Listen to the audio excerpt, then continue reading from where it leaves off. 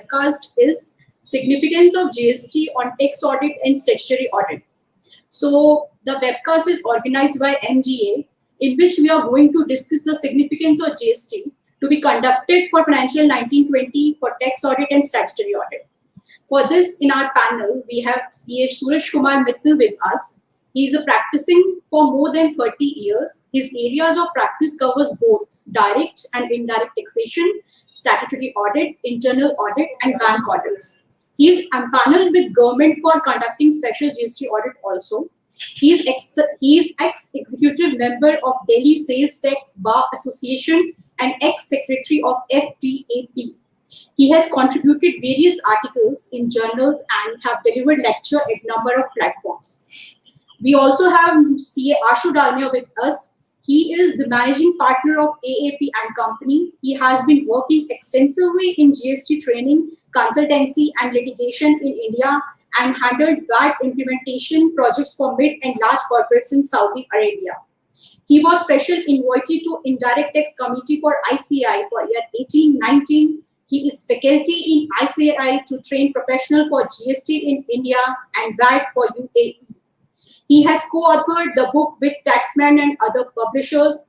He has taken more than 500 workshops and trainings on various forums like ICAI, SOCHM, CII, PhD, Chamber of Commerce, Trade Association in India, UAE, and KSA. Now I'm going to hand it over the webcast to Mr. Ashu Dalmia. So, sir, please start. Thank you, Neetu. Thank you, Sureji, for coming here. Welcome in the panel. And first of all, I am really sorry for interrupting, for delaying in 15 minutes.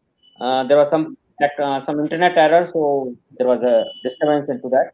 I hope my voice is clear. Neetu, you can please unmute your mic. Mute your mic there. Yes. Basically, what we are going today. As of now, all we know कि for 1920, stat audits and tax audit has to be finalized. And what we have seen in 1718 and 1819, because the GST audits are being completed after the stat audits and tax audit has already happened, lot of issues comes which we discover when we are doing the GST audit. So one of the basic question what we come in our mind, whether we have to see the GST compliance and the review of the GST compliance while doing the stat audit and tax audit, or we have to wait till the GST audit. For example, if we talk about for 1920, the due date is December 20 and it may be extended, but by that time we would have finalized our statutory audit, we would have finalized our tax audit, or any other bank information we have to submit, that we would have done. So the basic question again I'm repeating, whether we have to wait for the GST compliance till the finalization of the GST audit, or we do it right now when we are doing finalizing our statutory audit and tax audit. So our basic concentration will be on that part. The second important aspect, a little bit will be covering related to GST, that is the applicability of the standard on auditing. What I presume, basically the standard on auditing are basically give the protection to the auditor if something happens unusual, whether the audit was done in a proper manner or not.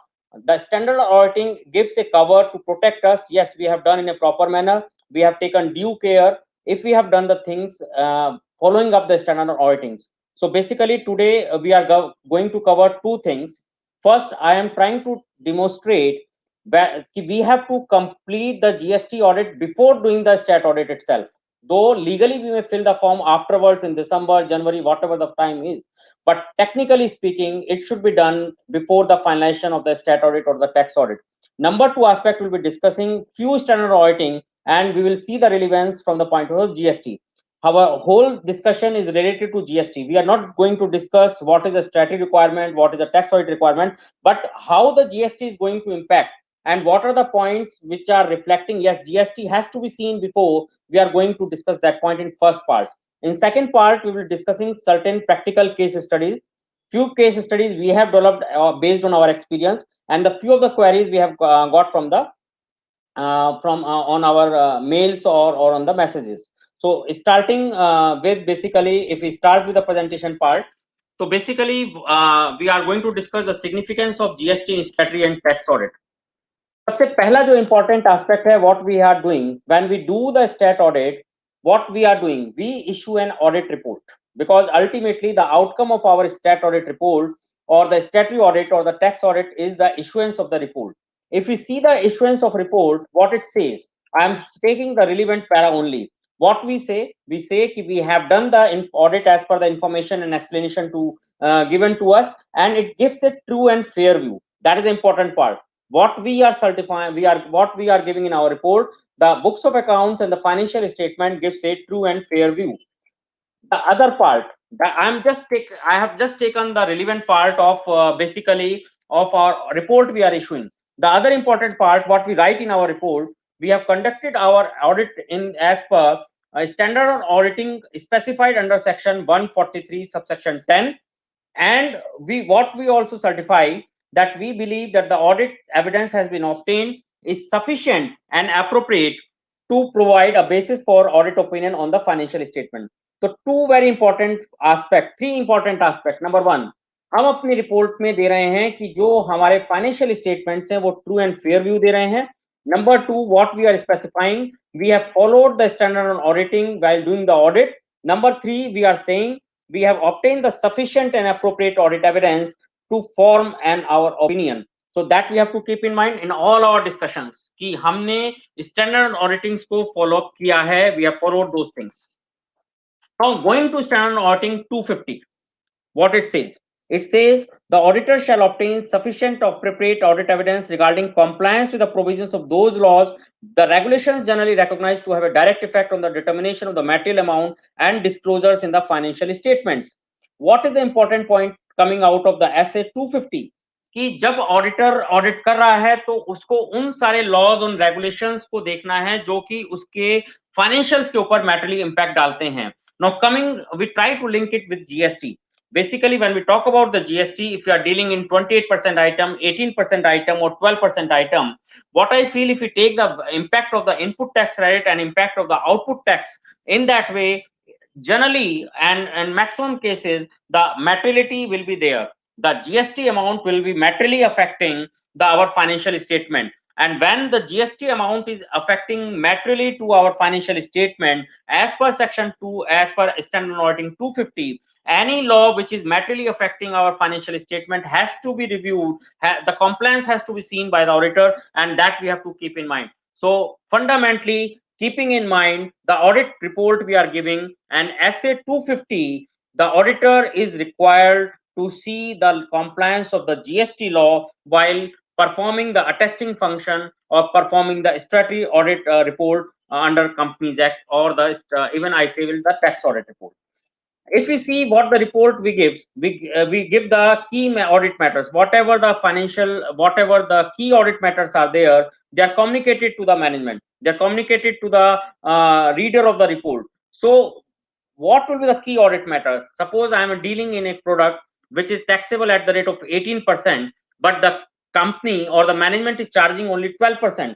I think that will become a key audit matter, and the auditor has to address that issue. So basically, the GST may affect materially or may not affect materially, but the transactions which are affecting materially, the auditor is bound to report on those transactions. Now, if we go, basically, if we see any legal compliance is there, there are three part of it.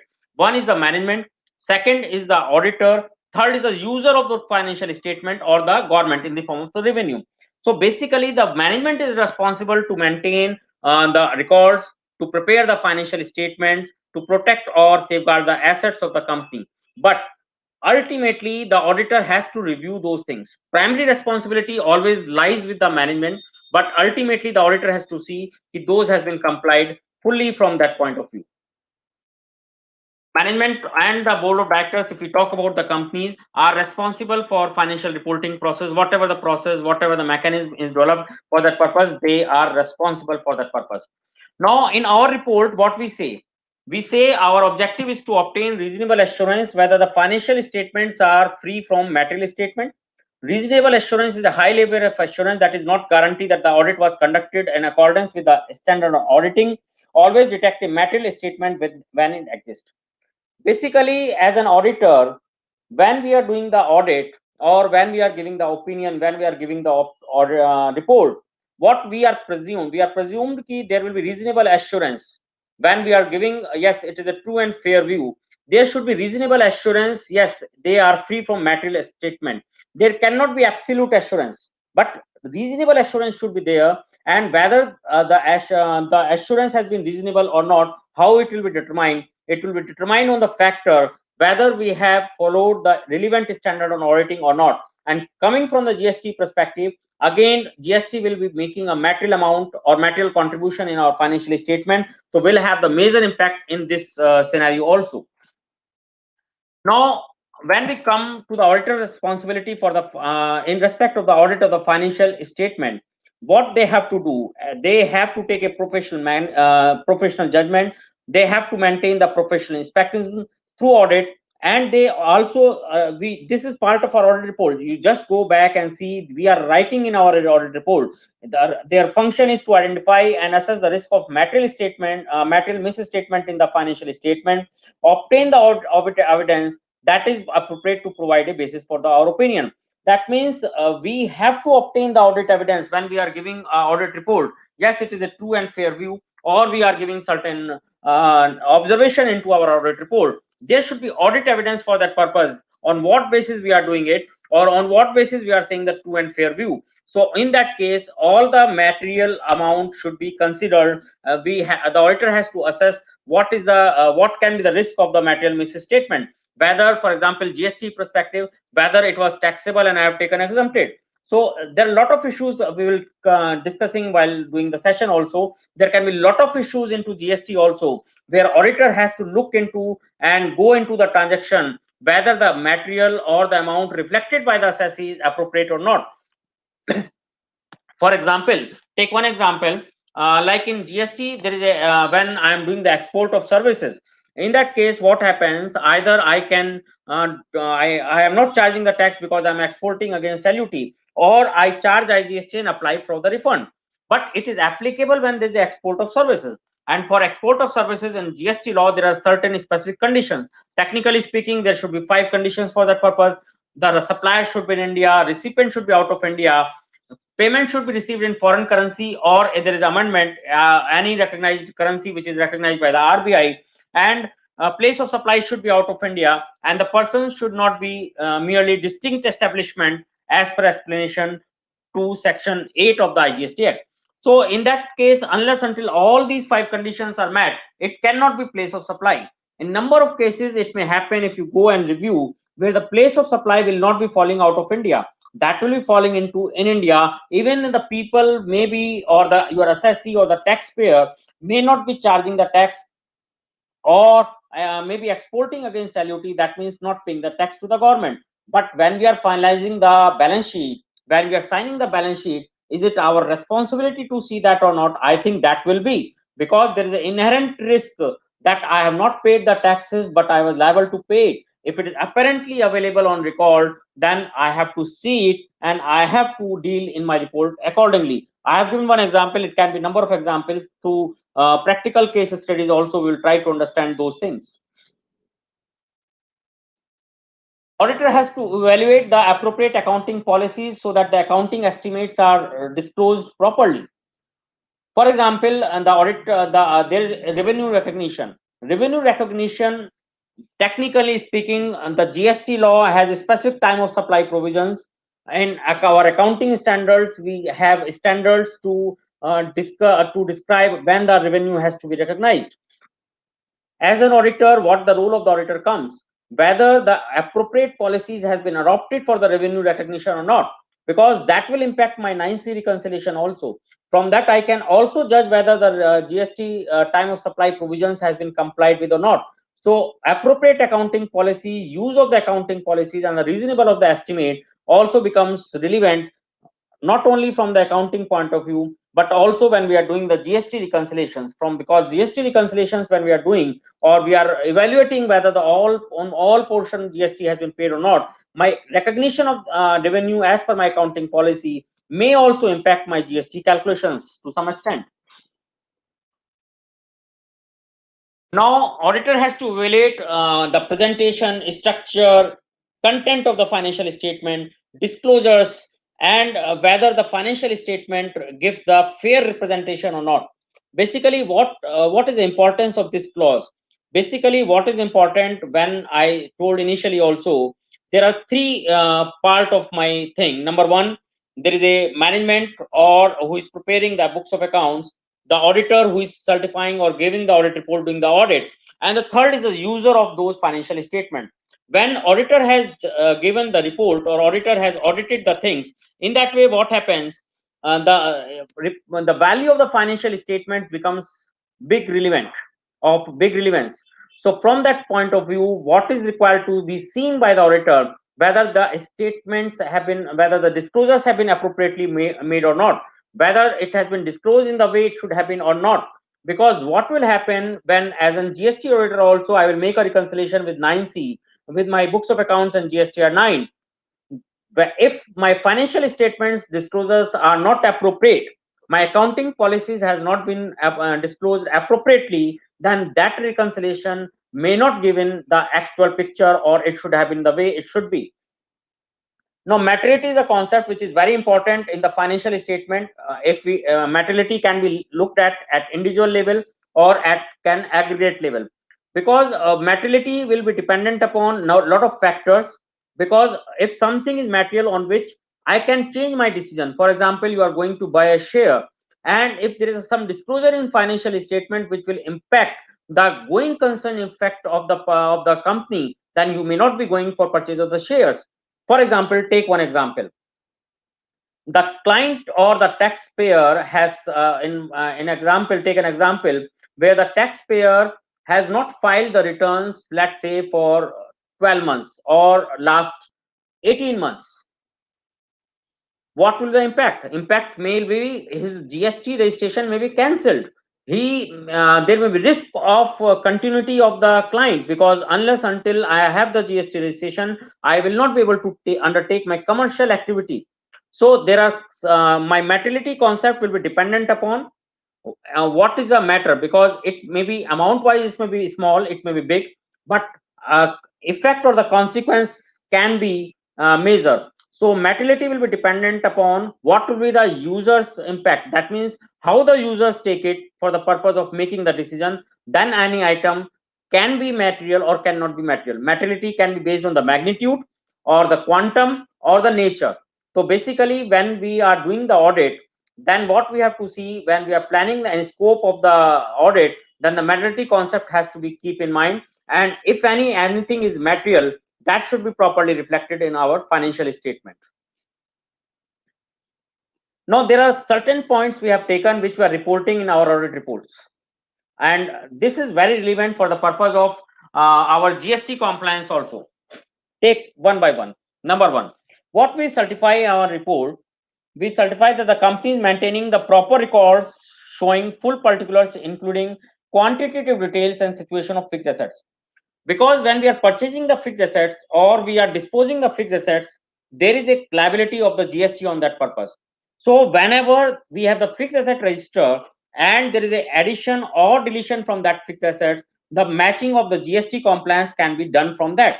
If I have not maintained the fixed asset records properly, then the GST compliance related to fixed assets may not be verified in totality.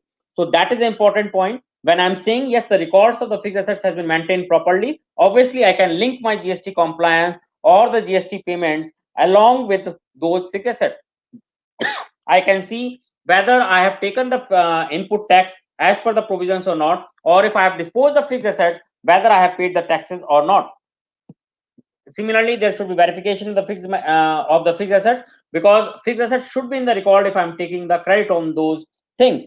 Apart from that, inventory records has to be done or verified, has to be done in the management. If you see the GST law, the stock record has to be maintained by the assessee, and in audit report we are commenting upon that. So what we have to keep in mind when we are preparing our stat audit report, when we are saying yes, fixed asset records are there, inventory records are there, what we have to keep in mind whether these are in compliance with the GST law or not, because in GST also, as per section 35 rule 56, certain records has to be maintained. and in 9C we have to give a certification. Yes, records has been maintained as per the requirement of the law. So what we have to keep in mind, our report as per the company audit and as per our GST 9 should be in consonance, because if I'm maintaining the record, it should be conformative, it should be positive in my audit report, in company law, in my GST law also, because it cannot happen in company law. I'm saying no, everything is fine, record has been maintained for all inventories, but in GST audit 9C I'm saying the records are not there.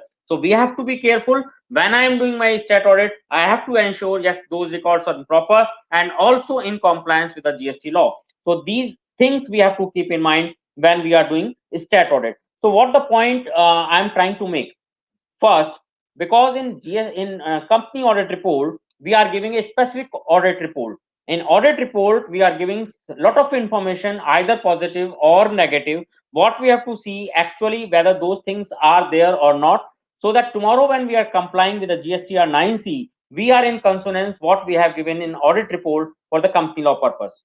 So that was for one point or one discussions from the point of view of the report we are giving in the company audit. Now, if you go to the balance sheet side, in current assets, so we give the GST receivables figures or the GST payables figure. This is net figure is going on. What the point? My point is, unless until you have calculated your GST calculations correctly, how you will be reflecting the correct figures here? Because the biggest challenge is when we talk about the financials for 1920, all the records will be in the balance sheet or financial of the profit loss account of 1920. But if we talk about GST returns, my GST returns will not be only affecting of 1920, but also be spread in 2021 up to September 20.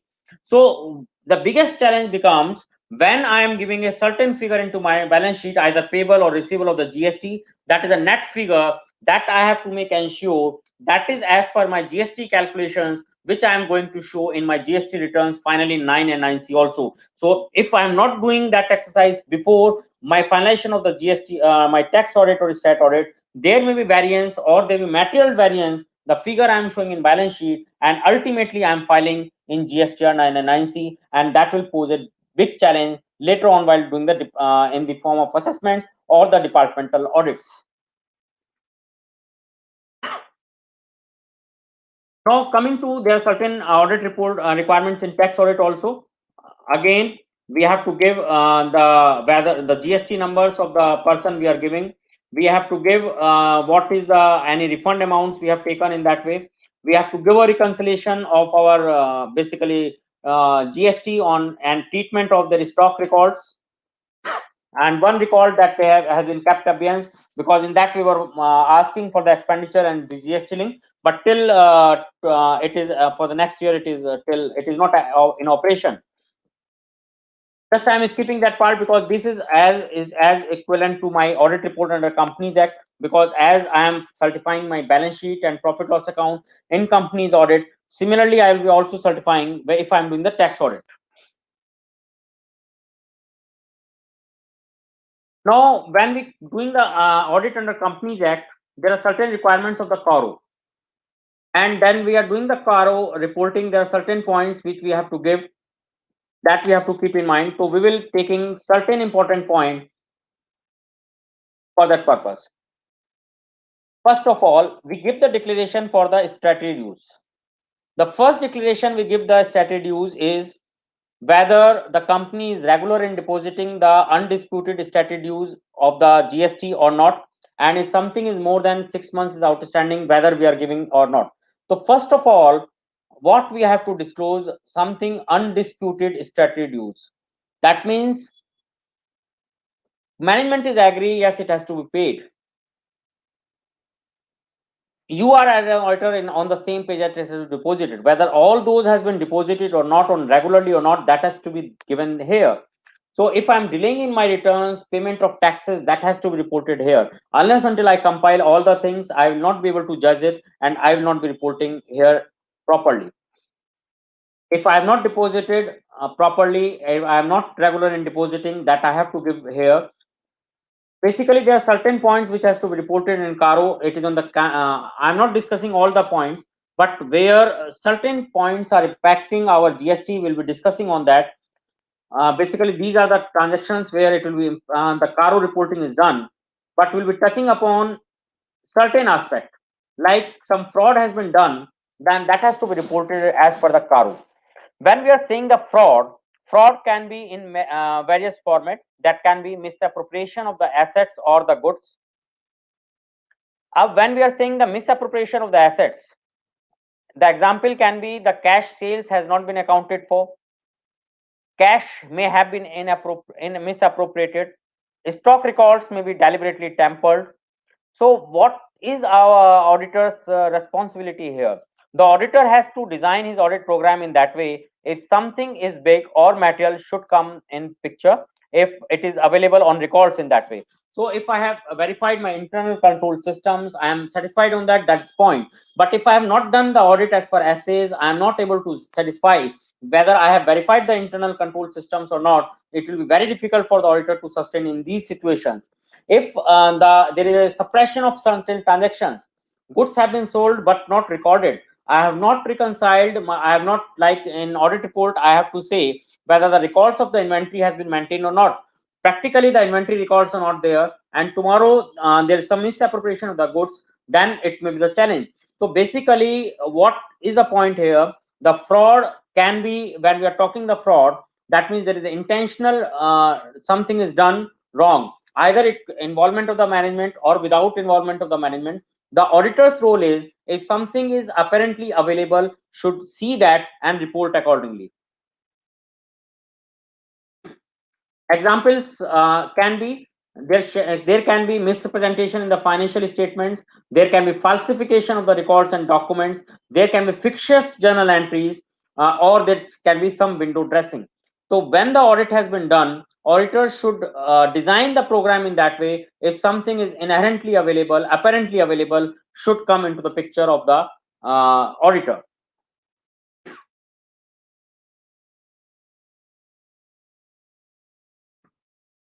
So what is the requirement of assays? The auditor has to identify and assess the risk of the material statement in the financial statement due to fraud. Auditor has to at least assess if there is any risk of material misstatement or not, and he has to obtain the appropriate audit evidences. No, there is a risk or there is a no risk, and if he found there is a risk, then he has to extend his audit procedures and he has to respond accordingly for the suspected frauds. Now, what is the responsibility of the auditor? Basically, auditor is responsible only to obtain the reasonable assurance. There cannot be absolute assurance, but there should be reasonable assurance, and the reasonable assurance should be for the purpose of the financial statements are free from material misstatement, whether caused by the fraud and error. Now, there are certain inherent limitations for the audit. The risk cannot be avoided. The auditor cannot be responsible for that. But the audit has to be planned in that way, in keeping in mind the standard auditing, that the risk of not detecting the material misstatement should not be there. If there is a material misstatement, our design of the program should be there. It is unearthed or the auditor is able to find out. But again, auditor is not absolutely responsible. Auditor can give only reasonable assurance, and that we can give only when we have designed the program in consonance with the relevant standard on auditing. Now, on discussion on relevant standard on auditing, the first of what we have discussed, the auditor has to give a reasonable assurance. The standard auditing 200 defines that way. The reasonable assurance, what is the reasonable assurance? Reasonable assurance is something which is high, but it is not absolute. Absolute assurance cannot be obtained, and standard audit assays requires the auditor should disclaim or withdraw from the engagement if withdrawal is not permitted. If you are not able to draw a conclusion, if you are not able to conduct an audit with the integrity, with the objectivity, with the professional competence and due care, confidentiality, and with professional approach, then you should think about that assignment. Again, repeating, professional ethics require there should be integrity, there should be objectivity, professional competence, and confidentiality and professional behavior. That is a basic requirement of SA 200 to obtain the the absolute, not the absolute assurance, reasonable assurance. Professional expertise is an important part. because for obtaining the reasonable assurance, the auditor is responsible for maintaining the professional practice to the audit, considering the potential of the management override of the controls and recognizing the fact that the audit procedure is effective for detecting the errors may not be effective in detecting fraud. What we have to understand, the auditor is required to see whether the process of recording the transactions, process of undertaking the transactions are in consonance with the size and requirement of the organization or not. Management is not overriding the control. So these things auditor has to professionally see and oversee the things, where if these transactions are happening, whether it is happening within as per the process required or not, whether the management has override, has taken over the controls. In these situations, the auditor has to rethink and replan the audit accordingly so that material misstatement can be found out. Because try to consider these things from the point of view of the GST also. A lot of things are happening when the transactions are there, when the invoicing is done, but there is no transaction of goods and services. Actually, goods and services has not been supplied, but the invoices has been only received and sent, or I have sent the goods or services, I have not issued the invoices. Whether my audit is able to find out these type of transactions or not will be very important. Because on one hand, if I am saying yeah, the record of the inventory is there, on the other hand, I am finding there are certain transactions or the major transactions in which there is a invoicing I have received, but I have not supplied certain goods. So whether I am able to interlink my inventory record with my sale and purchase records or not, that becomes very relevant. Because in GST, number of transactions are coming where the actual transactions has not happened, only the invoicing has been done, and the auditors have certified those financials.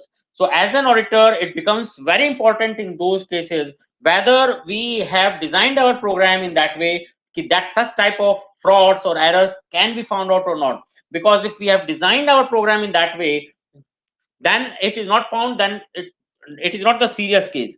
But if we have not designed our audit program to discover all these transactions and to reconcile all these things, then that will be the challenge. Because we have to obtain the reasonable assurance. Reasonable assurance means you are doing the audit as per the applicable accounting standards and standard auditings, and you are taking the due care for that purpose. Now, when we are doing the audit comes when we are doing even for the GST audit, it should be very clear what is the objective and scope of the audit, what is the responsibility of the auditor, and what is the responsibility to the management. Because books of accounts has to be managed by the management. It is the responsibility of the management to so that the books of accounts are maintained in appropriate manner. The auditor's responsibility to vouch those records and transactions. Auditor's responsibility cannot be to maintain those records. If that is a separate thing. So as an auditor, it should be very clear what is the role and responsibility of the auditor, what is the role and responsibility of the management, and that should be clearly spelled out in our engagement letter. Now the audit documentation. Audit documentation, if we talk about, is a very basic theme of our audit. Because whatever we are doing today, tomorrow if we have to establish, yes, audit was in an appropriate manner, we have done all the things. The audit documentation is the only part where we can be able to justify ourselves, because it is the basis on the basis of which, because on the basis of the audit documentation, auditor will be able to reach a conclusion, will be given to give the audit report. Audit documentation gives the audit the evidences that the audit was planned and performed with as per standard auditings and as per legal and regulatory requirement. Auditors should assemble the audit documentation in an audit file, because what happens, there are certain requirement of every law to maintain the records. In GST law, separate requirement, company law, separate requirements. So whether the audit was done as in appropriate manner as per applicable standard auditing or standard auditing, or as per legal and legal format requirement, that audit documentation will be able to prove that way. So that becomes very important. SA 250 talks about the responsibilities of frauds and the material errors. Basically, it talks management is primarily responsible for maintaining the internal control and preparing of the financial statement. But auditor has to prepare the program or perform the functions in that way. He can vouch whether this has been done appropriately or not. Basically, or as if 315 talks about identification and assessing of the risk which is material through understanding of the entity, there can be two type of risk: inherent risk and the control risk. For example, my 100% sale or supplies in cash, there is an inherent risk of misappropriation of the cash. If I'm working in a company, or I'm doing the auditing of a company where only one person is basically entering into books of accounts, one person is only collecting the tax, so that can be a control risk. So basically there can be different type of risk. One risk can be inherent risk, other risk can be the control risk. Inherent risk will be dependent upon the nature of entity, what is the nature of entity, in which environment it is working. So auditors substantive procedures, the procedures for doing the audits will be dependent upon the level of risk we assess. For example, if I assess no, the control functions are appropriately, my cash collection is separate, my check collection is separate, entry is done by one person, entry passed is by some other person, and or say there is no cash, so my risk assessment will be that way, so that my performance or my procedures will be quite intense, less intensive. But if I say my transactions are all in cash, my 10 units are there, 10 units are separately collecting cash that is coming to my head office, so there can be a higher risk, so my procedures will be extensive in that way. So the nature of the procedure or the intensity of the procedures will be depending upon the level of risk the auditor assess. What is the risk of material misstatement? Because what first thing what we have to do, we have to understand the nature of the entity, we have to understand the nature of the environment in which the entity works, we have to understand what are the internal control systems. Based upon that, we will try to find out what are the risks of the material misstatement, and depending upon the level of risk, we have to adopt the procedures to do the audit that way. Basically, materiality is very important concept, because if something is not material, may not be relevant for the auditor. Now, materiality can be dependent upon a lot of factors. It can be dependent upon the magnitude of the transaction. It can be dependent upon the nature of the transactions. Materiality may depend upon nature of revenue. If something, for example, is hampering my going concern concept, maybe small in quantum or magnitude, but will be material. So materiality will be depending upon what type of item it is. If it is it amount wise, it can be big, amount wise it can be less, depending upon whether it is a fixed assets or of the current assets. So materiality we have to define at the aggregate level or at the individual level, and if something is material, the auditor has to plan and perform the audit functions regarding that. Now, SA 402 talks about the service organizations. Basically, what happens? Number of organizations take the services of out another organization. For example, accounting function is performed by some other person. My submissions of returns is done by another entity. So, when as an auditor, what I have to see whether these what is the scope and how the functions are performed.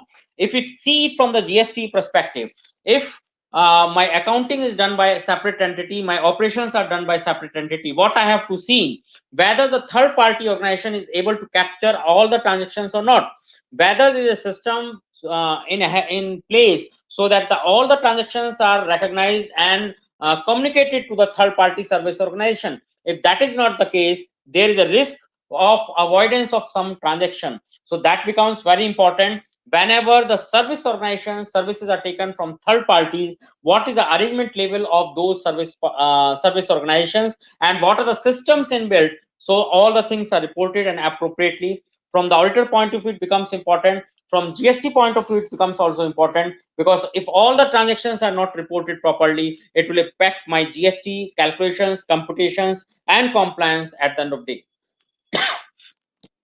Now, the audit evidence.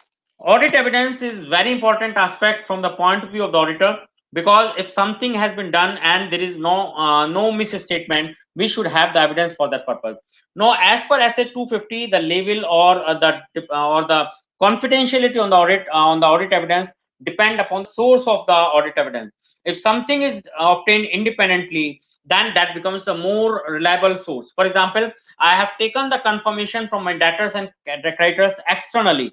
That means if I confirming the debtors and creditors, what I am doing two things. One, my balance is matched, plus I am also becomes ensured that all the sales and purchase or supply, inward or outward supply, has been properly recognized in my books of accounts. So giving the 2 points, 2 point satisfaction to the auditor. Number one, the value is satisfied, plus it gives also the comfort zone. Yes, all the transactions has been done. And when the audit evidence are reliable, where the internally or their internal controls are effective, are more reliable. The audit evidences which are obtained directly by the auditors are more reliable. The audit evidences which are in the form of the paper, electronic form, or other mediums are more relevant. For example, I filed my GST returns. So my GST returns becomes an external document or the documentary evidence. This is a supply. If all that is matching with books of account, that gives me a comfort zone. Similarly, my basically I have the cash ledger, credit ledger, liability ledger online. So if I compile all the things and match with the books of accounts, if either it is matched or reconciled, gives a comfort zone. Similarly, if something is you received in original format other than the photocopies or the filmed copies, that becomes more appropriate or more relevant to for the purpose of relying as an audit evidence for that purpose.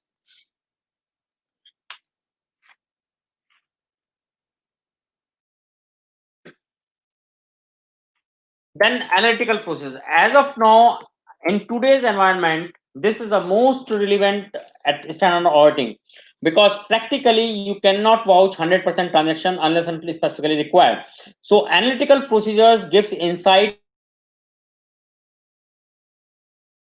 give the insight whether all the transactions has been recorded or not. So it's a lot of input or insight in that way. So basically what we have to do,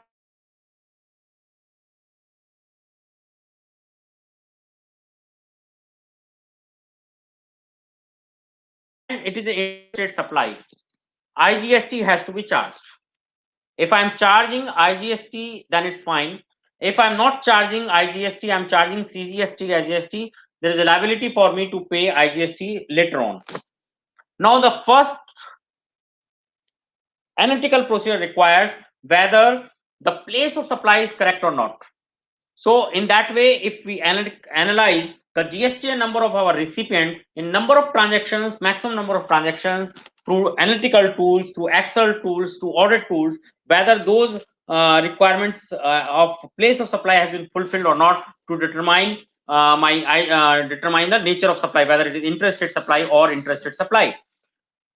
In GSTR1, I have to mention if any invoices or any of the document has been cancelled or not.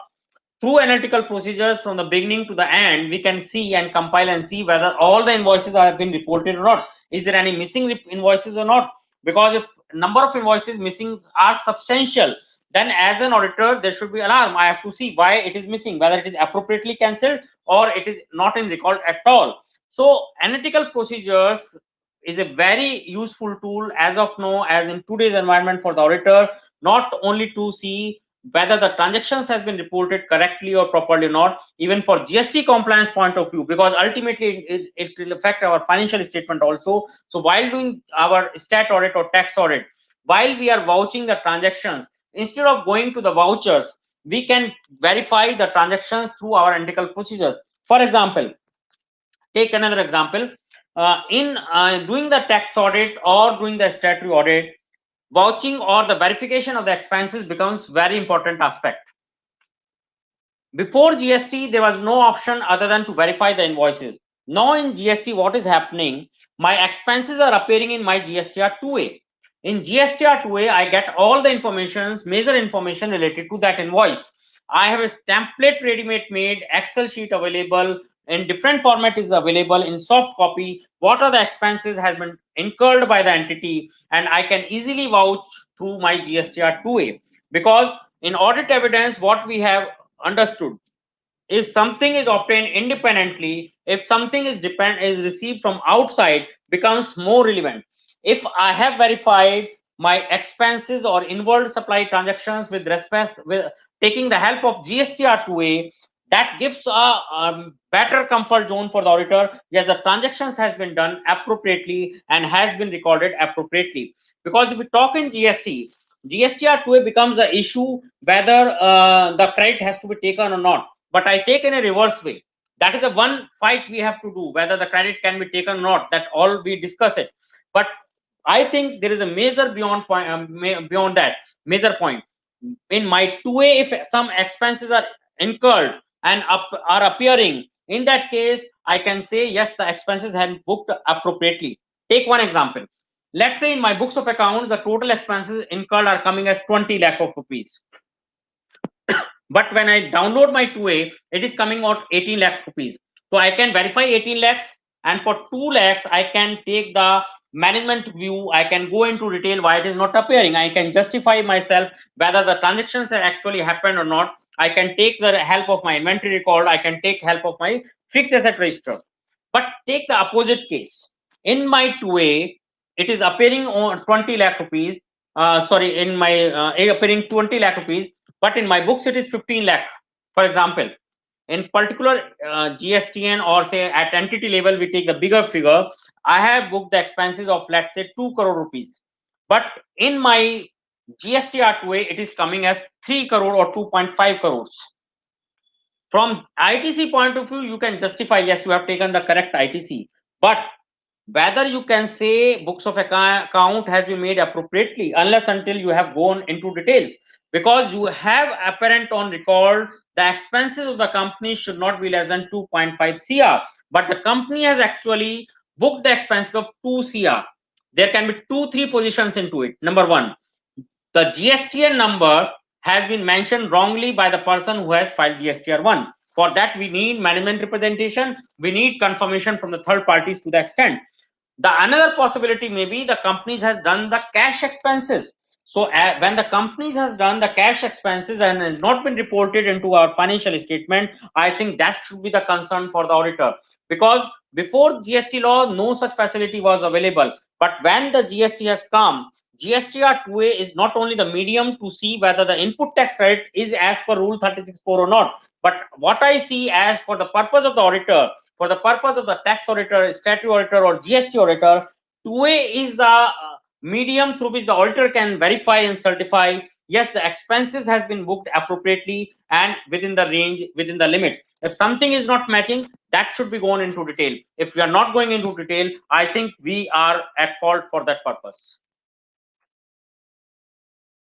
Then ultimately whatever the estimates or disclosures has been done, we have to audit and we have to do that way. In one important aspect, the related party disclosures has to be done. Basically, that is also in the company's law. Also, the related party transactions are there. So what happens if we see the GST transactions? If we see the outward supply, as per section 15, if it is not the related party and it is for the monetary transaction, then whatever the transaction value becomes, the invoice value becomes the transaction value, and the GST has to be paid on that. But if it is a related party, then the valuation has to be done as per the valuation rules. I have to see 100 plus 10% or 90%, whatever the rules are there. But we cannot take simply the invoice value. So what becomes important? When in stat audit report, we are mentioning these are the related parties, and the valuation and the transactions with these parties have been done. These are the related parties. Whether we have seen whether those transactions are in compliance with our GST valuation rules or not. If my GST valuation rule says the value should be tax should be paid on 110 rupees, but I have paid only 100 rupees, I think I will not be doing the justice with my audit, because on one side I myself is declaring who are the related parties. I am myself as an auditor declaring what are the transactions being undertaken with the related party. Why I will not do the transaction value audit with respect to GST also, because in GST, if the parties are related parties, then the valuation has to be done as per the valuation rule. So when I am declaring certain parties are related parties, when I am declaring the transactions done with those related parties, the other aspect with respect to GST has also been to complied here, because that is apparently available in financial in notes to account. Who are the related parties? What I have to see whether those are the related party as per section 15 or not of the GST Act. CGST Act. If those are also the related party as per section 15 of the CGST Act, the valuation has to be done as per Rule 28 of the CGST rules, and that we have to keep in mind. Now, there can be certain events which can happen after our balance sheet dates, before doing our finalization of the audit. So, what is the impact of those events on the balance sheet has to be evaluated. in certain case studies, we'll take that example also. Certain things comes after balance sheet date, but before finalization of the audit, then how we have to deal with our audit or our financials, because ultimately what is the purpose of the audit? The purpose of the audit is the user should get the actual, and something which is material should be available to the user. So either it has to be disclosed in the financial statement, or it has to come into the notes to account. But if something is happening, we cannot ignore, even it is happening at the balance after balance sheet date and is affecting our balance sheet. So that risk or that event has to be assessed. Now, SA 700 talks about you have to form an opinion, and that there should be reasonable assurance that it is free from material misstatement. Whatever we have discussed till now will be giving a picture whether the materiality, whether there is something which is affecting our financial statements negatively or not. On that basis, we have to give form an opinion under SA 705. If something is material misstatement is there, or you have to not to give the clean report, then the SA 705 has to be basically done. Basically, SA 701 says if something is material, you have to report to the key audit matters to the management in that way. SA 705 basically talks about you have to issue appropriate report if you have to give some qualification or modifications, that has to be there for 705 and 706. Now, if we talk about the ITR requirements, in ITR, we have to give the figures if they are in the form of that I have reported here and given the PPT. I'm not going to discuss because this has to be reported. But what the point is, when we're reporting here, what we have to ensure, when we do tomorrow GST audit, these figures should be same as we are giving here, or there should be reconciliation for that purpose. It not matching, there should be proper reconciliation for that purpose. So basically, what discussion we have done till now? Basically, what discussions we have done till now, because when we are doing the statutory audit or we are doing the GST audit, we have to issue a report because our final outcome is in the form of the report. And if we see our report under company law, we are giving lot of positive assertions there, or if we are giving negative assertions, we should be clear why we are giving it. And if we see those assertions, like we are commenting upon maintaining the inventory, we are commenting whether the fixed asset records are there or not. So basically, if we see our audit report, our comments, a lot of comments are going on, and our comments are not affecting only the user, it is also affecting the way we should read the financial statement. It is giving the feeling whether the statements, financial statements, are free from material misstatement or not, whether our financial statements are giving the true and fair view or not. So when we are saying it is a true and fair, when we are saying it is free from material misstatement, it is not only compliance of the income tax, it is not only the compliance of the provident fund law, it is the compliance of the GST law also. Because if something has not been complied under the GST law and we have reported something is appropriate as per our financial record, then it will not be giving the correct picture. Take example, entity is making an exempted and taxable supply for a single premises. They are using the input tax credit, which is simultaneously being used for my exempted supply and taxable supply. As per section 17 of the CGST Act, read with rule 42 and 43, input services and in capital goods input and input goods has to be reversed proportionately to my exempted supply when I am using the credit which is common for both taxable and exempted supply. If I have not reversed the credit to that extent, my financial statements will be misreported. For example, my total input tax credit I have availed of, let's say, 20 lakh rupees, but 10 lakh should have been reversed if I am applying the rule 42 and 43. But I have not done that. I have not done that, means management has not done that. And as an auditor, I have not commented upon that. So in that way, my financial statements are not free from material misstatement. Another example I have taken all my supplies exempted supply. But if I go into appropriate classification, that means there should be tax on that of 5%. Let's say I have 100 CR turnover and I have treated those supplies an exempted supply. But tomorrow it comes into the knowledge of the department, no, it is a taxable supply and it is clear and apparent from the record. See, there can be two issues. There can be a difference of opinion where the management says it is 5% exempted, department says it is 5%. but whether I have considered those divergent opinion while forming my audit report or not, because there is an apparent risk. Suppose the transaction of the total turnover a company in a year is 100 CR. Take practical example, it is happening in nowadays. My total turnover in a company is 100 CR. It is 17, 18, 18, 19, 2 years has happened. If I have to pay the taxes on that, 5% from the, let's say it is a 5%, on the 200 CR, it becomes 10 CR. But I have not collected the taxes, I have not paid the taxes, and as an auditor, I have not also commented on that. Tomorrow department comes to me and says, boss, your product is taxable, you have to pay 5% tax on that. I will not be able to recover from the customer. I will not be able to I will not be able to use the ITC against that. I have to shell out 10 CR plus interest plus penalty. Let's say my profit is only 5%. My profit will be wiped off. So the user of the financial statement will not be getting appropriate picture for that. So what is my point here? If from the GST point of view, I am not paying the taxes, being an export of supply, being treated as an exempted supply, or taking something as a reimbursement under Rule 33, as an auditor, I have to be cautious. What cautious? Number one, whether it is actually exempted supply or not, because exemption is a two-sided sword. Because as per section 11 of the CGST Act, exemption is not the option. If something is exempted, the exemption notification has to be applied. It cannot happen if something is exempted and I am charging on the tax. Section 11 of the CGST Act don't give that you option. You have to charge. You have not to charge the tax.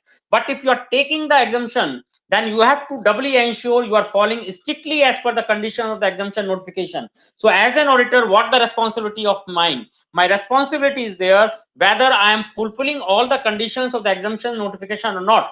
If I am the opinion, yes, it is. If I suppose I am not expert into that classification, then I can take the opinion of some expert, because standard auditing refers you can take the services of an expert also. So I have to form an opinion whether the products or services are exempted or not. If I am not able to form that opinion, I should give in my report. If I am of the different opinion, management is of the different opinion, then I have to see what type of report I have to give.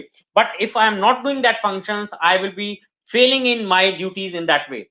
Second aspect, in cases of basically when we take the export, in the case of export of goods, is very clear is taking goods out of India. There is a custom clearance and everything, we can easily recognize that transaction.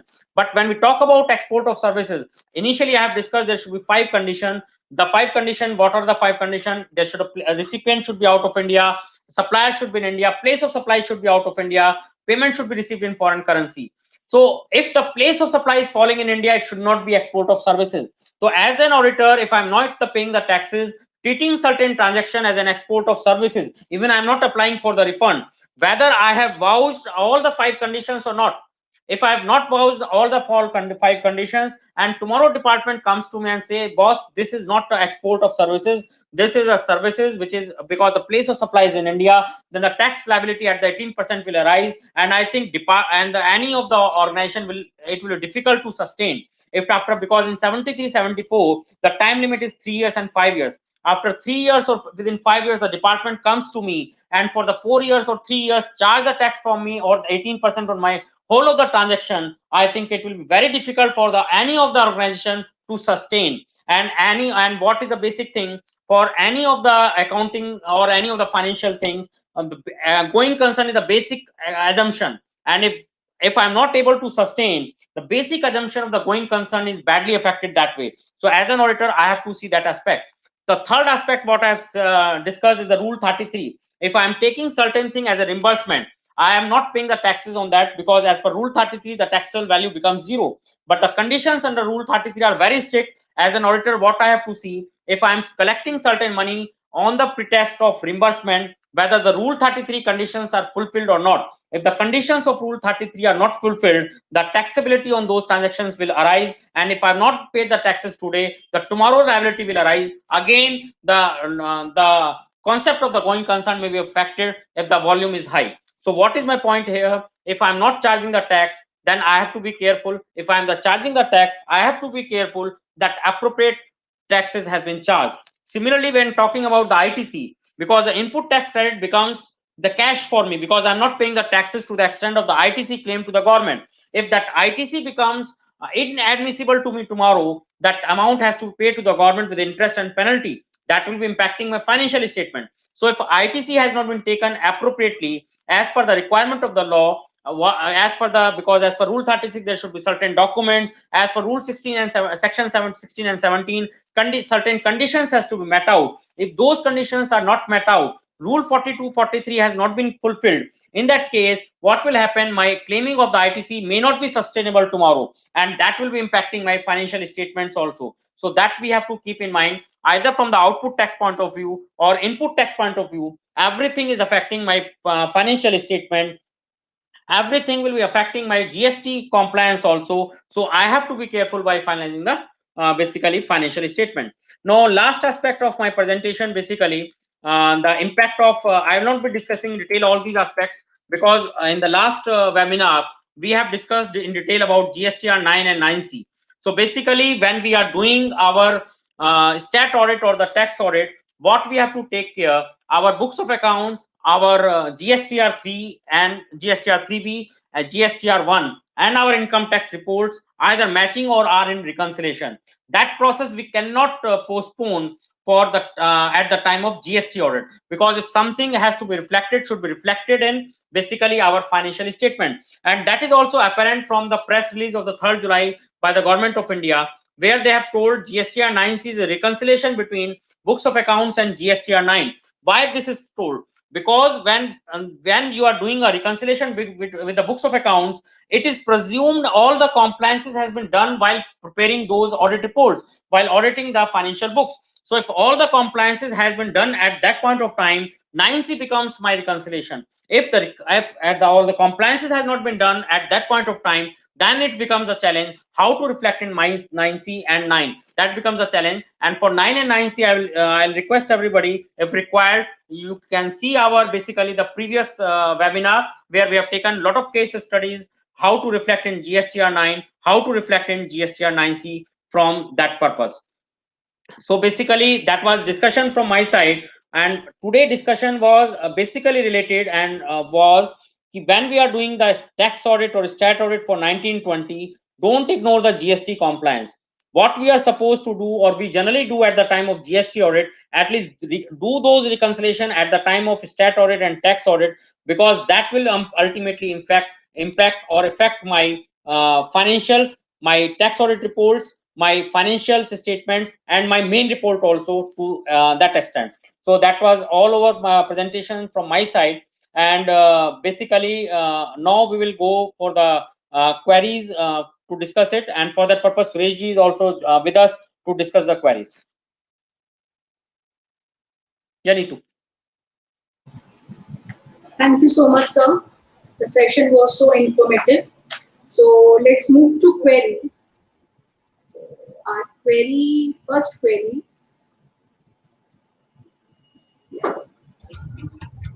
So our first query is, Alpha Limited is in the business of providing travel and tourism services under membership. They provide tour package of London to their member for rupees 50 lakhs. They receive bill from foreign party for services rendered out of India. Will these services fall under import of service, and whether RCM provision shall apply? However, Alpha Limited has charged same as reimbursement of outward supply to the members. How will this impact on financials? So, Ashu, sir, please help us.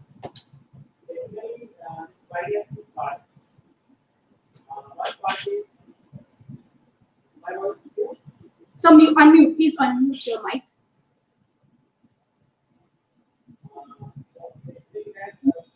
Yeah. So, please unmute your mic. Basically, it has the two part. One is basically one travel agent is in India. He's charging a certain amount from a customer and doing the booking or facility outside India.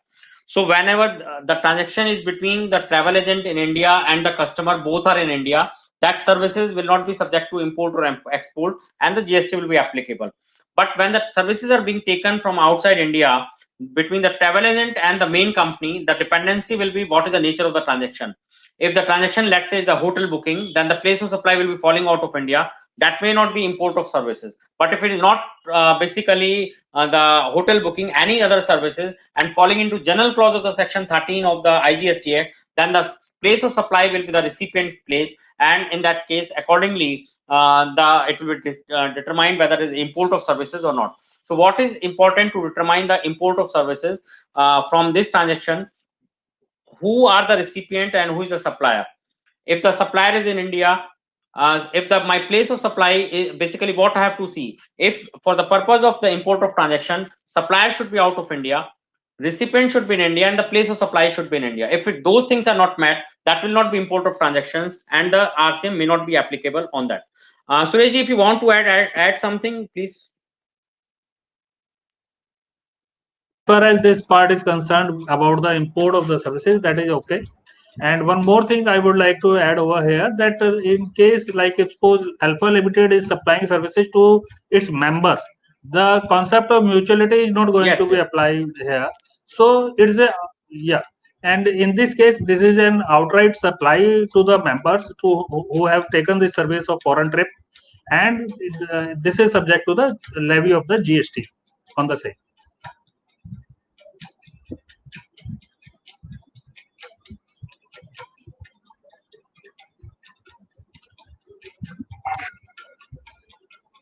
One more thing I would like to say, in case if suppose the travel agent is charging 5% tax on the tour of package which he has given, then he is not entitled to take the input tax credit. Besides, in case if he has taken the whole services as from the foreign supplier as tour operator service, otherwise he is not entitled for the input tax service. If he has taken the complete service as tour package from the foreign supplier, then he will have to pay the RCM, as well as he is entitled to take the input tax credit also. Okay. Thank you. So moving to the next query. It's Beta Limited is in the business of manufacturing components. They also have MEIS sale during the year, which is exempt supply. As Beta Limited is supplying taxable as well as exempted output supply, they are liable to reverse ITC under Rule 42. However, they reverse only ITC directly pertaining to exempt supplies and not proportionate of common credit as provided in Rule 42. How will this affect on financials? Yeah. So, Ashu sir. Basically, I have explained in my presentation also. If I have an exempted supply and I have a common credit, then the ITC has to be reversed for input and input services as per my Rule 42, and for capital goods as per Rule 43.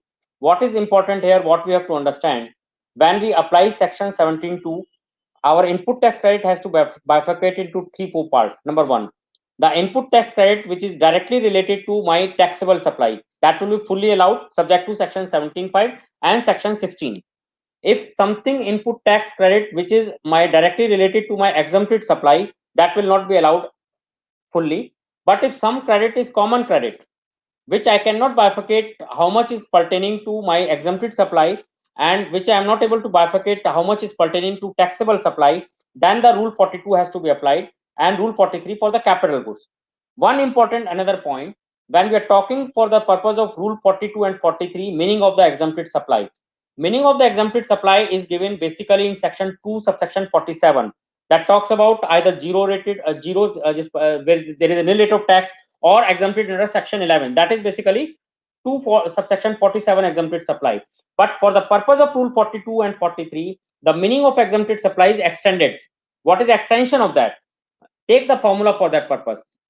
The meaning of exempted supply for the purpose of Rule 42, 43 is equal to Section 2, subsection 47 plus addition as per Section 17, subsection 3 minus the conditions or the transactions given in explanation to Rule 43. What are that? For example, sale of securities. Sale of securities is per se not the supply as such, but for the purpose of calculation under Rule 42 and 43, sale of securities will be taken as an exempt supply. Sale of land.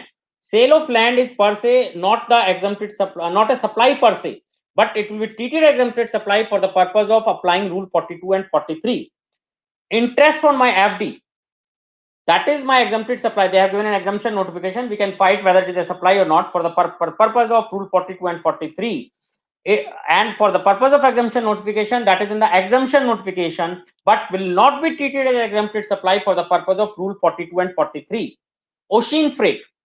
When the ocean freight is exempted for the taking the goods out of India for the purpose of from the custom pool is exempted supply, but for the purpose of my Rule 42 and 43, that will not be treated as exempted supply.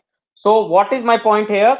Rule 42, 43 has to be applied on the two grounds. Number one, there should be common credit which is used for my taxable and exempted supply. Then the Rule 42, 43 has to be applied, number one. And for the purpose of exempted supply, the exempted supply meaning will be extended meaning 2 subsection 47 plus 17 subsection 3 minus explanation to Rule 43.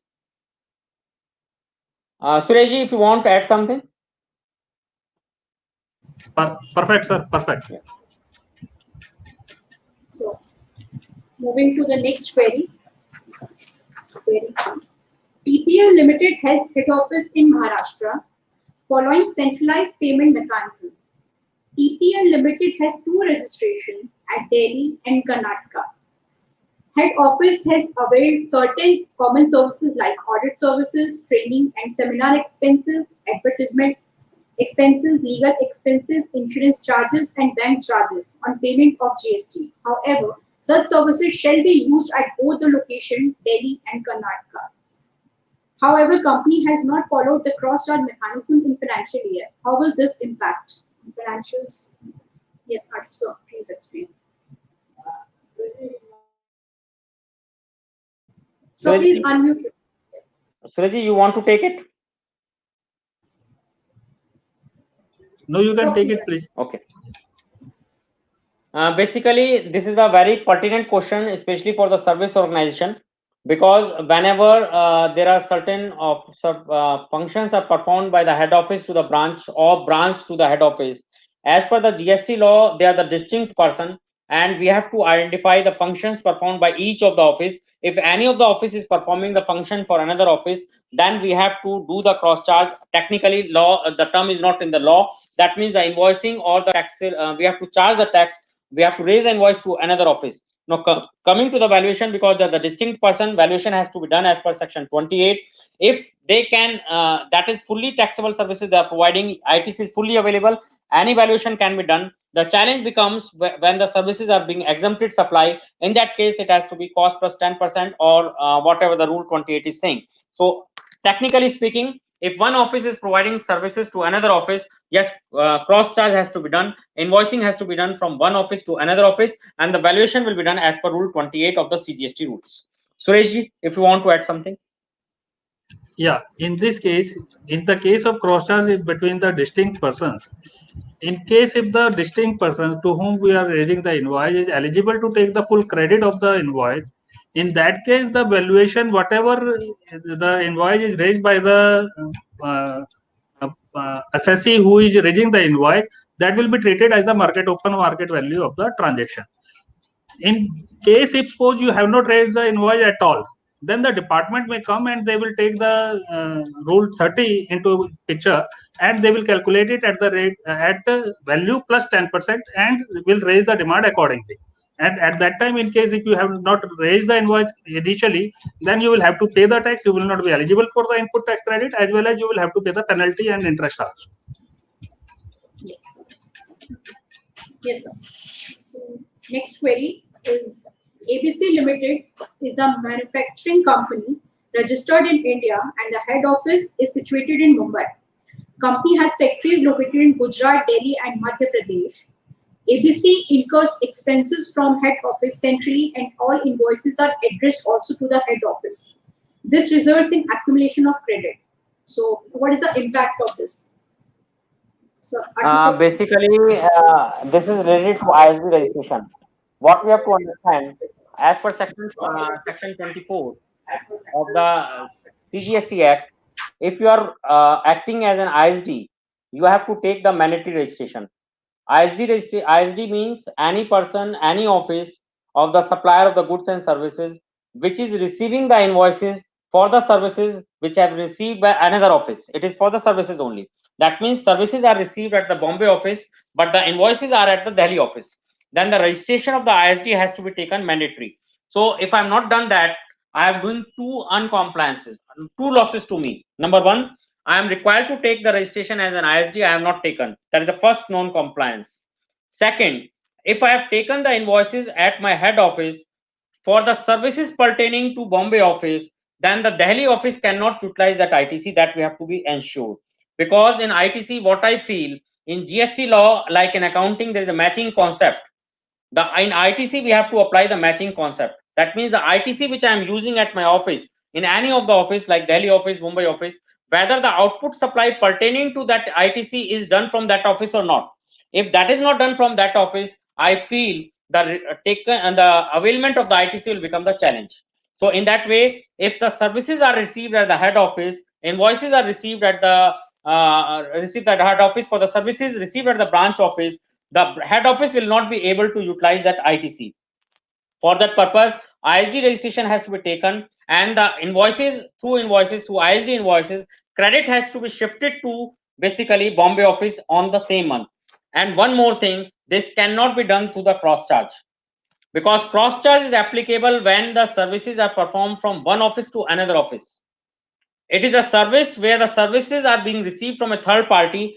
Only the invoices are received at the head office. So what we have to keep in mind, cross charge and ISD are two totally independent processes.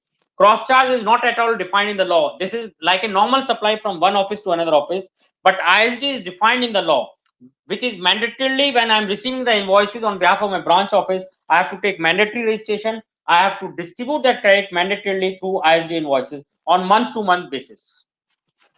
Surajji, if you want to add something or... No, thank you, sir. You have already explained it beautifully. Moving to the next query. It's Zen Limited is in the business of selling machine parts. The freight incurred on supplying goods till customer's warehouse will be reimbursed from the customer. In tax invoice, Zen Limited charge 18% tax rate for output supply of parts, but freight is being treated as reimbursement from customer. So no tax charge on freight component. How will this impact us? How will this impact the financials? Surajji, please take up the query. Ashu sir, please explain. Yeah. In this case, the Jan Limited has supplied the machine parts, and they have also charged the freight. And in this is a composite supply, in which the machine parts are the primary supply. And if we see the section 15, in case of mixed supply, the GST rate is to be applied of the principal supply on the whole transaction. So freight is also to be charged at the rate of 18%.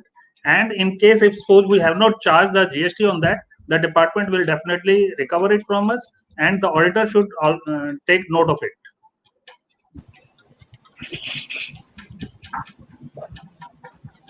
Thank you, sir. Ashu sir, you want to add something? So, our next query. TUV Limited is in sales of parts of cars. They are also makes scrap sales along with normal sale of parts. In scrap sale, they are not charging GST. So, how will this impact on financials? Ashu sir, please. Yeah. Basically, I think scrap sale is like a normal sale, and it GST has to be applied as a normal sale. So that becomes a part of my financial statement also whenever there is a scrap sale. If I'm taking any scrap sale and paying TCS also, I think TCS is also applicable for the income tax perspective. Then I have to say I am charging the GST on that sale or not, because in many industries this is a normal process. There is a scrap sale. So what we have to ensure, GST is being charged on that. It will be applicable there.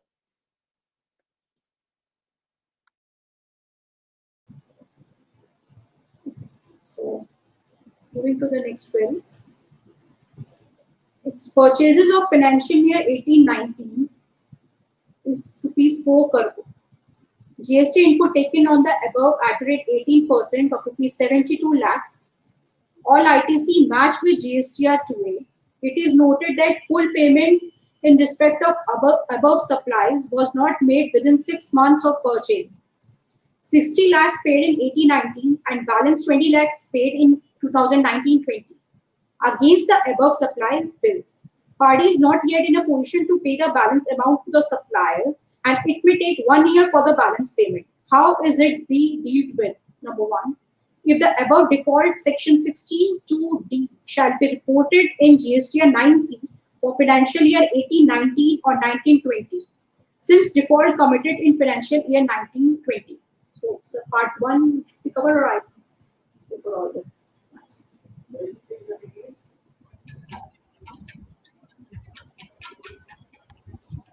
This default relates to 1920 and it should be reflected into the annual return of the 1920. One aspect here, because a lot of what is the law basically, right or wrong, we are not going into it. If something is not paid within 180 days, in that case, the reversal of the credit has to be done, and interest has to be paid from the first day of the date of the tax invoice. So if the reversal is not done, then what is basically, when the law is saying the reversal is done, not is required, that means we have to accept the fact. For that purpose, as an auditor, I cannot ignore that fact, because let's say I have not paid any penny to the vendor, let's say 1920, I have to do what the legal compliance has to be done by the state auditor. I'm discussing from that point of view. What is the requirement? The requirement is, from the date of the tax invoice, within 180 days the payment has to be done. If the payment is not done, then that reversal has to be done, and the interest has to be paid from the first day.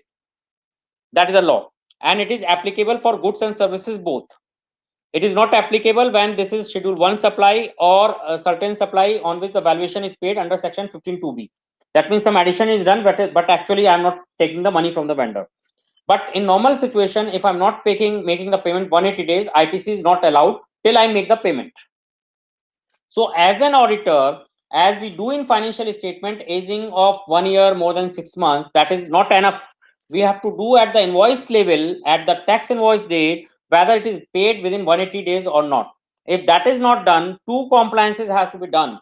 ITC has to be reversed and the interest has to be paid.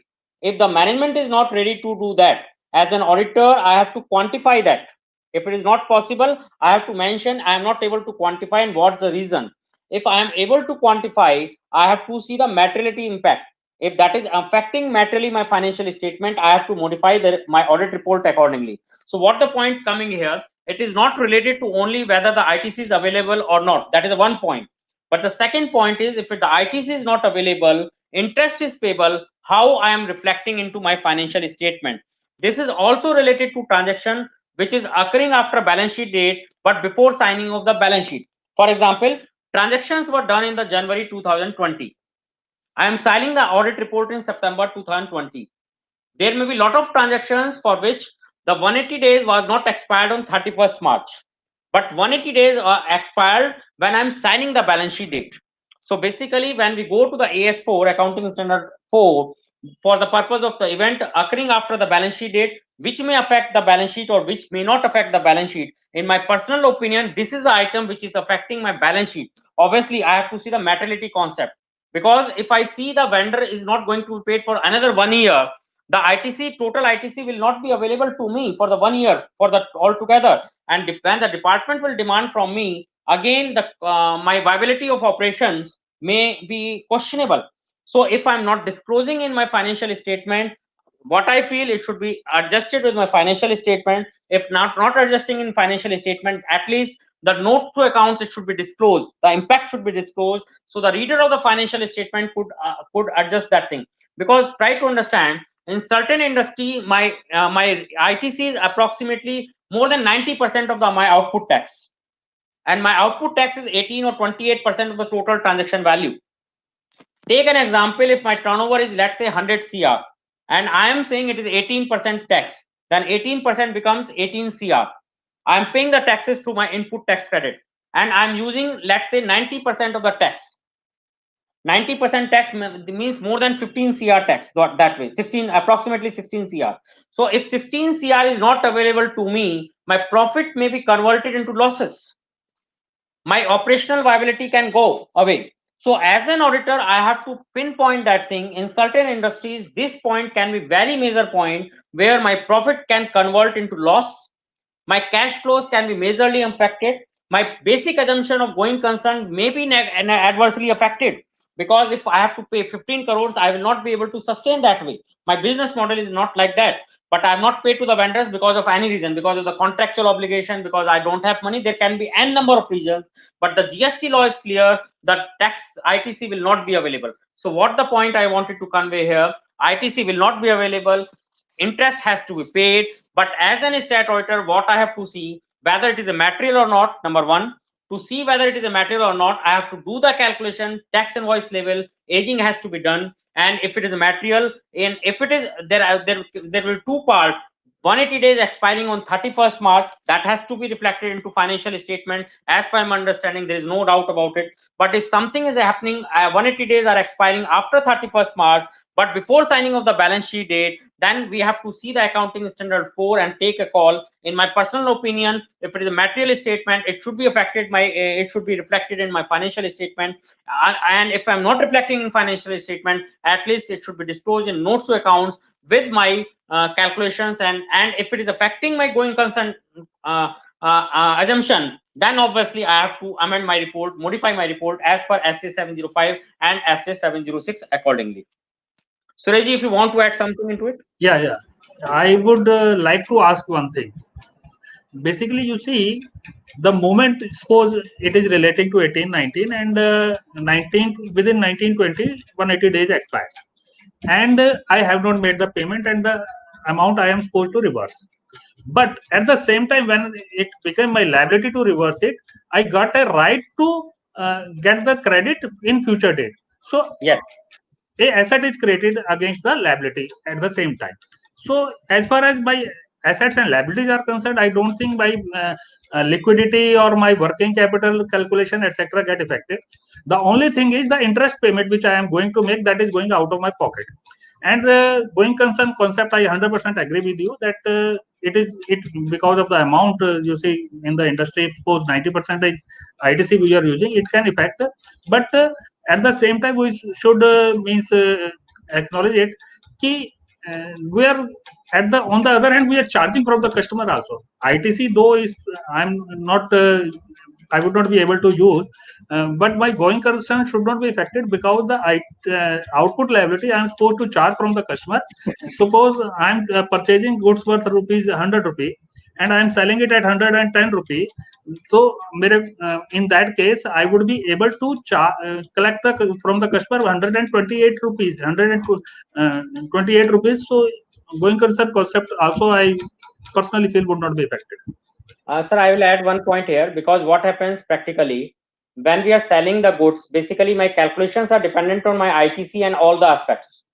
Because commercially, when I'm doing, suppose it is a mobile industry, when I'm selling the mobile, I'm normally my ITC is more than 98% in basically trading of the mobile, for example. So what happen when I am calculating or selling the goods, in my margins I calculate my ITC also, because in calculations I take the things ki ITC will not be available. Whatever the collection I will be doing from my customer, that will be set off through my ITC, and that will be the additional funds will be available with the company. So once that ITC of 97-98% is not available to me because of the provisions of 180 days, my total cash flow get impacted. Technically, assets and liabilities are created, but if I'm not able, suppose take one example, in September 2020, when you are signing a balance sheet, I'm because of the any reason for the 100 crore balance sheet, my total liability of the output tax was 20 CR, input tax credit was 18 CR. I have paid the balance of 2 crore to the government, 18 CR because I have utilized, I have not paid it. Now, because of the 180 days, what has happened? My liability to pay, additional liability to pay 18 CR will arise. See, when I'm paying the 18 CR liability, what the auditor has to see, whether if I'm going to make the future payment in a near future, what you are saying can be correct, because that will be available at that point of time. But when I discuss with the management and when I see these are actually I am not able to pay in the next 1 or 2 years, the management will not be in the position to pay in next 1 year or 2 years, I think that will be adversely going to affect my proposition to continue business. If I am going to pay to the to basically to the government 18 crores plus 18% tax on that, my margin may not be 18%. So effectively, it will be dependent upon what is my cash flow position. It will be depending upon how the management is going to set off that thing. It will be depending upon that thing. What my proposition is that auditor has to go into detail for those transactions to determine whether the going, I'm not saying it is always going concern will be affected. That is not the proposition. But as an auditor, I have to see, I have to discuss with the management, I have to take the presentation from the management, how they are going to deal with this situation. Suresh, if you want to add something, or otherwise we move further. No, perfect.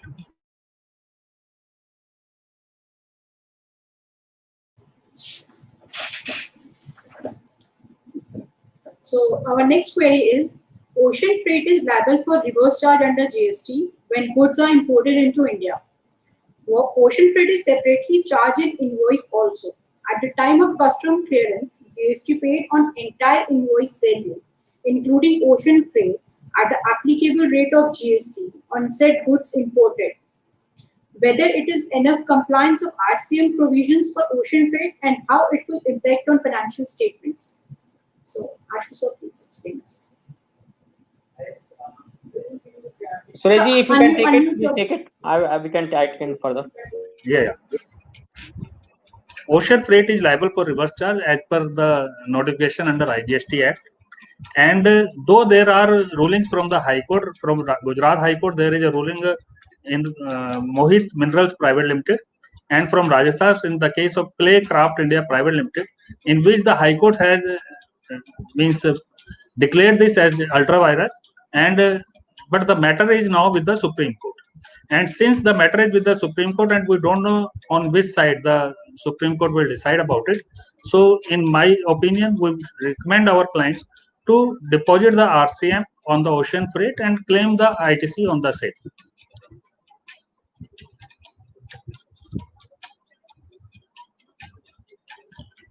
RCM is applicable on this, yeah.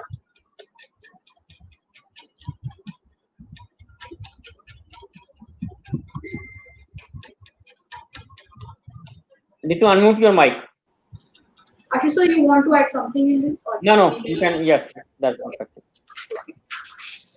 So query 9, if there are two SEZ units within same state, how the inward and outward supply will affect financial statements? So, Okay. so Basically, when we when we look at the GST law, if it is supply done to the SEZ unit, that is the export of services or export of goods can be done. That means when the goods and services supplied to SEZ, then the section 16 compliance is done. That is the one part. But the basic question arises when there are two SEZ units in a single state, whether the separate registration is required or not. In my humble opinion, for the SEZ unit, the separate registration is required, but the two SEZ units are there. The same, I feel they can work in a single registration for that purpose. Two separate registration may not be required for that purpose. Surajji, if you want to add into it. Perfect, sir. okay. So next query. Books of accounts of a company get audited, say, for the financial year 1920. And before approval of accounts, assistant officer raised a demand of rupees 5 lakh for interest on late deposition of tax.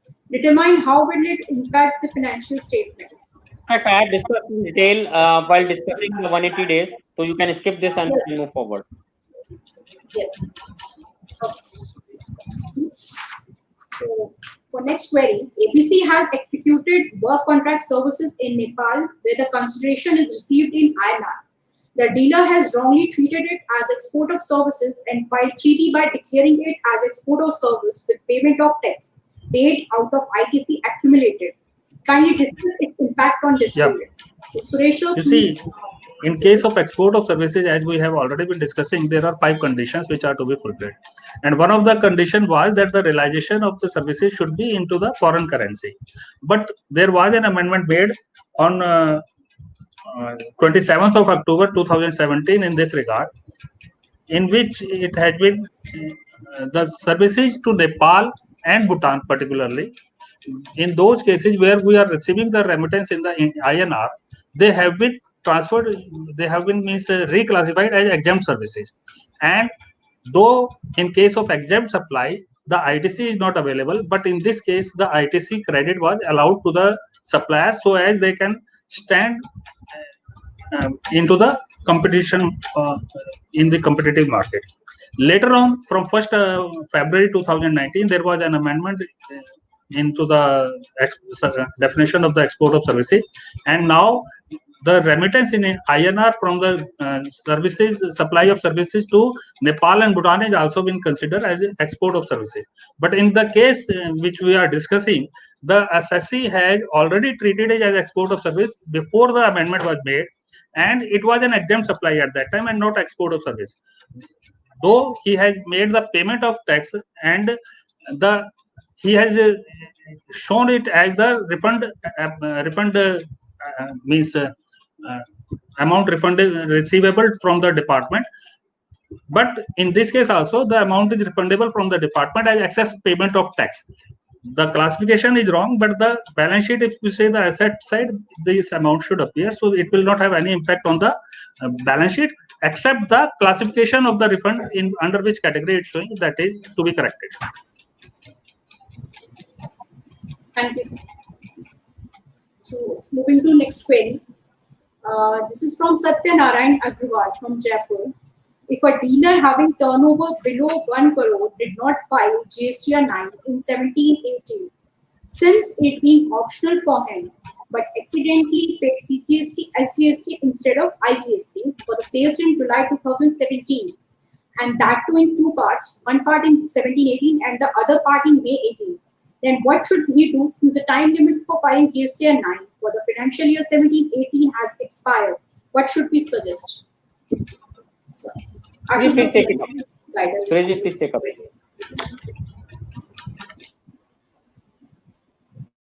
Suresh, please take up. So please unmute your mic, Suresh sir. Yeah, in case where you see the GSTR 9 was not compulsory, there was one more thing which was added, that in that case, whatsoever your returns are showing, that will be treated as the final data from your side. So in case if suppose you have made a mistake and you have not filed your GSTR 9, then it will be treated as you have logged your data by not filing the GSTR 9. So in this case, I think there will be problem in case if suppose you have made a mistake, you would not be able to rectify it. So I will suggest wherever it is optional for you, please file your GSTR 9 so that you can correct your errors at the time given, at the opportunity given to you by the department. Yes, sir. Okay. So next query is from Mr. C.A. Vishal Chedda from Thane. How to give effect of transaction which were pertaining to financial year 18-19, and the same has been mentioned in the 19-20 return, and even some transaction post September 2019 returns also. Basically, these all type of transactions we have covered into our last webinar, and there are certain case studies on that. So you can refer that way. If even after that something we can discuss, because all these case studies have been there. So Neetu, I think all of the cases we have covered, because other queries we are pertaining to how the treatment has to be done into 9 and 9C. Basically, all those transactions we have in detail discussed in detail in the last webinar, and the PPT contains the case studies or also the how the transactions of 18-19 to be reported into 19-20 or not reported or crossover, how to be done. So all those have been included as the case studies there. So I think we have covered maximum queries here. So I am thankful to Neetu ji and Suresh ji for a wonderful thing. For the initial hiccups, I am extremely sorry because some certain network or internet issues were there. What we have tried to cover there, especially for 19-20, because what we have understood while we are doing our tax audits or stat audits, we just don't ignore the GST, because GST is not only for the GST filing or for the GST annual audit, because GST is an integral part of our accounting, integral part of our financial reporting. So that has to be seen in totality while filing the our tax audit reports or stat audit reports. Suresh ji, if you want to. No, it's all right, sir. What you have said is perfectly correct. Basically, you see, there are certain people who are under a wrong impression that the GST part is to be seen by the GST auditor, and they are under the impression that whatsoever books of account they are finalizing, that is only for the income tax purpose. Whereas you see, the financials can be used by different people from the point of view of different uses also. Like the banker can use it for the purpose of calculating the permissible bank finance. Similarly, the other person can, like valuation, for valuation, the shareholder can use the financial for the purpose of valuation of shares, or the valuation of the business in case of transfer of the business as a going concern also.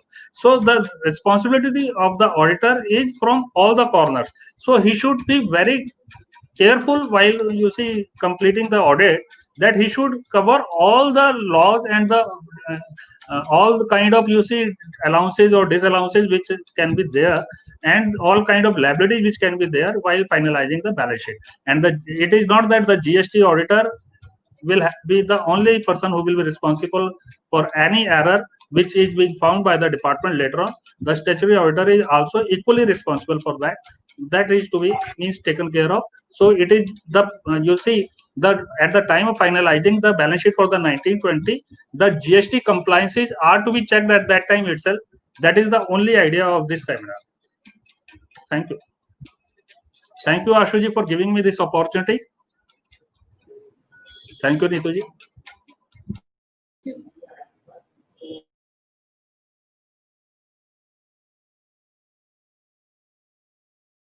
So unmute your mic. So please unmute your mic. Okay. Ashu sir. Again, I just conclude the session. I am thankful to Sureshji, Neetu, and whole of my team and the participants for participating into this webinar.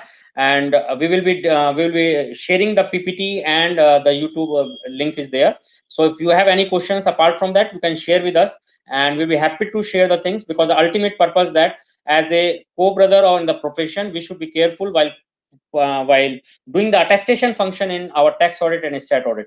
Thank you very much. So we are concluding the section. Thank you.